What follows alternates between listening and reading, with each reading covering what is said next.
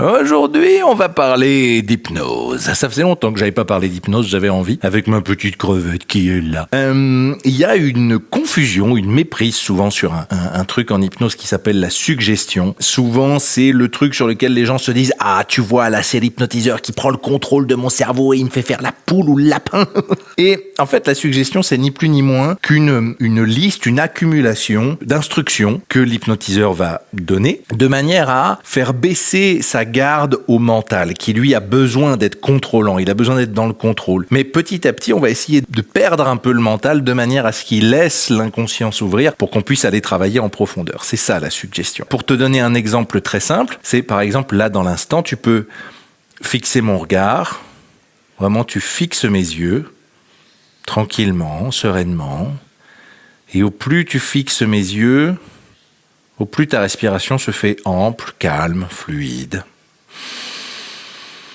Voilà, complètement relâché. Et au plus tu respires, au plus les muscles de ton cou, de ta nuque se détendent, se relâchent, se relaxent.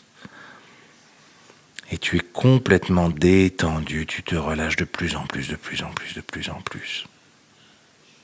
Voilà. Tu vois, simplement là, dans ce cours, cette courte démo, il y avait déjà 3 ou 4 suggestions. Et effectivement, souvent, quand j'explique ça aux gens, on me dit « Ah, mais en fait, c'est complètement bidon. En fait, il suffit de faire ce que tu nous dis et puis c'est tout. » Ben oui. Et c'est précisément pour ça que l'hypnose, c'est une technique qui est bougrement simple. C'est qu'effectivement, avec une liste d'instructions très simples, on va réussir petit à petit à ce que le mental se calme, à ce qu'il s'apaise, à ce qu'il presque il se perde. C'est-à-dire qu'à un moment donné, à force de suivre les suggestions, parce qu'il n'y a pas vraiment de lien entre tout ce que je viens de vous dire. Il n'y a pas de lien entre le fait de me fixer dans les yeux, et puis que la respiration se fasse plus ample, et puis que les muscles de la nuque et du cou se relâchent. Il n'y a pas de lien avec tout ça. Et finalement, tout ça, ça va perdre un peu le mental, parce que le mental, il a besoin de logique, sauf que tout ça, c'est pas logique. Donc à un moment donné, il va se dire, attends, c'est bizarre ce qu'il me raconte lui, et il va complètement déconnecter. Et c'est là où l'inconscient prend le relais, et c'est là où on peut aller travailler efficacement en profondeur.